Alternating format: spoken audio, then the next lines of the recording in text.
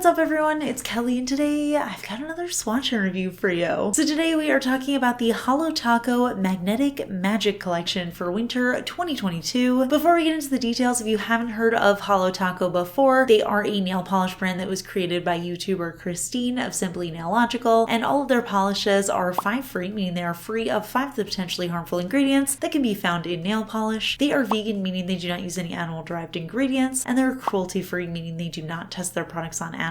So the new collection has 5 polishes in it. All of them are a magnetic shimmer finish, and they also have a little subtle holographic sparkle running throughout. So I'm going to show you all of these swatches of the polishes first. We can magnetize them, I'll show you how to do it, and then we can get into the pricing, availability, all that good stuff. So roll the footage. So as with all of my swatch and review videos, I am using base coat underneath all of my swatches just to protect my natural nail and prevent any stains. Today I'm using the Orly Bonder base coat. So we'll start with the shade that I thought was the most intriguing in the collection. This one is called Fairy Tale, and it's a deep neutral to warm brown metallic polish, and we actually have a little subtle hollow sparkle. I think most of the time it looks like little silver specks. You can actually see them on camera, but when they hit direct sunlight you definitely see a little bit of a hollow sparkle in there, and it's a very pretty little addition. So here's what it looks like full coverage. What I like to do is paint my nails for full coverage, and then once that's dry I'll do another thick coat to magnetize. So all of these I did 2 coats for full coverage, and then I did a 3rd coat a little bit thicker, and then I immediately apply the magnet while the polish is still wet. And you want to hold the magnet there for 30 to 60 seconds. If you want to have a nice sharp line, the best thing you can do for your manicure is to apply your top coat, and then while your top coat is still wet, use the magnet again for another 30 seconds, and that's going to keep that line nice and sharp. But here's what it looks like magnetized. You can see that hollow sparkle really shines a lot brighter because the base color gets deeper. We get this nice concentrated metallic shimmer in the middle. Very pretty. Next up we have the shade Love Spell, and this one is a beautiful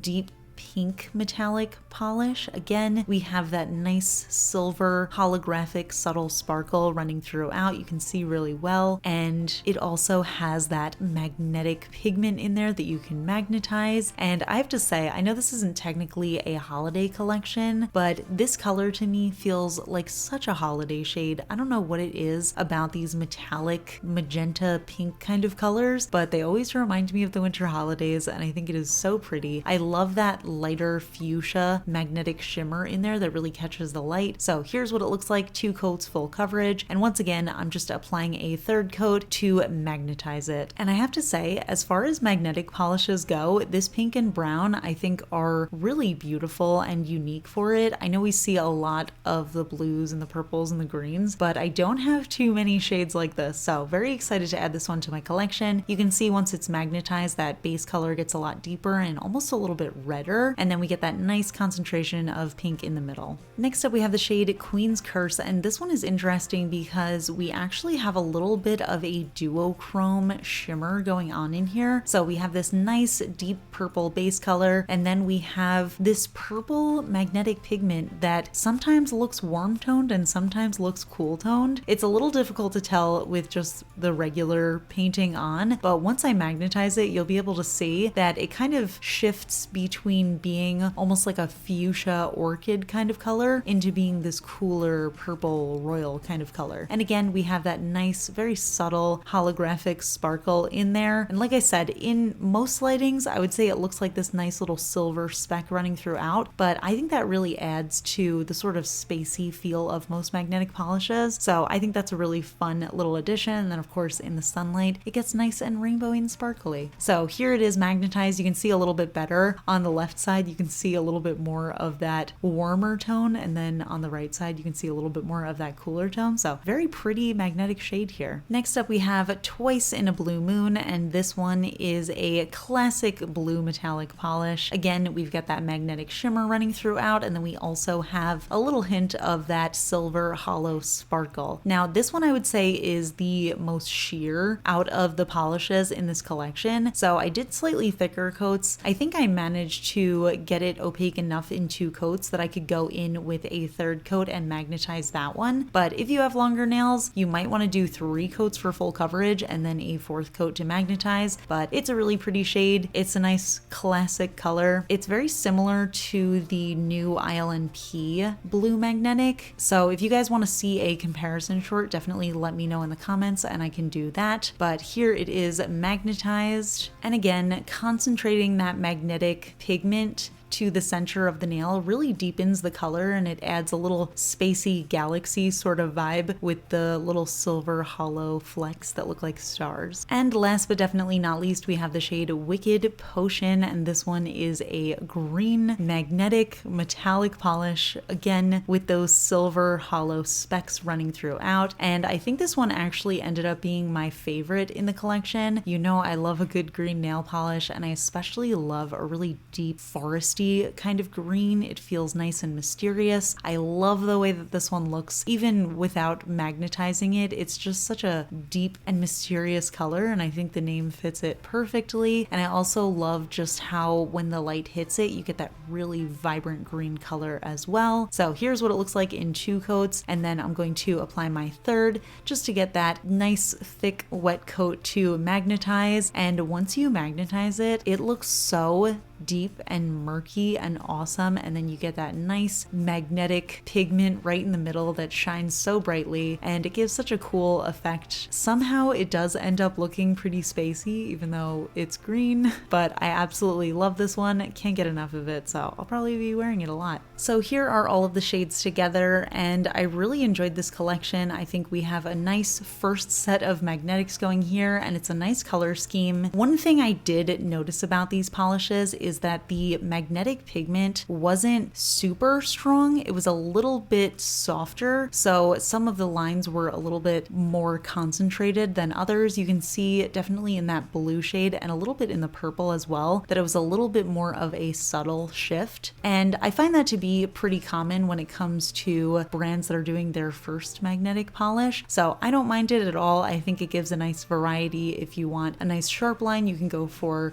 the pink or the brown or the green. And if you want a nice softer color, you can go for the blue and the purple. And again, like I said, if you want the line to be even sharper and you want it to stay sharp for a really long time, you definitely want to apply the magnet again once you use your top coat, because that's going to help that 3-dimensional magnetic pigment stay on your nails longer. But yeah, overall, a really great wintry set of shades. I like these nice deep jeweled tones. They feel very saturated, but they also feel very wintry. So those were all the polishes, and I really enjoyed them. I liked these colors, and I liked that little added subtle holographic sparkle. I think they just made them a little bit more interesting. I did also try to magnetize these with the aura/crystal style that I've been doing a lot recently. For whatever reason, it wasn't working for me. I'm not sure if this formula is just a little bit thinner, or maybe it's just been a little bit too cold for that to work because it takes a little bit longer. So I'm sorry about that, but I do think that they actually look really gorgeous when they're magnetized with the cat eye style. So I was definitely pleased with that. I also just recently did a video on the KB Shimmer winter collection, which came with a zigzag magnet. So I'm sure I'm going to be testing these out with the zigzag as well. Definitely a lot of fun. I've been telling you guys that I've been really enjoying magnetics lately. So I feel like the collection came at a very good time. So all of these polishes come in a 12 milliliter bottle. They do have the skinny round brush that Holo Taco uses for their specialty finishes, and all of them retail for $15 USD on the Holo Taco website. They do have the magnet available separately, and that retails for $5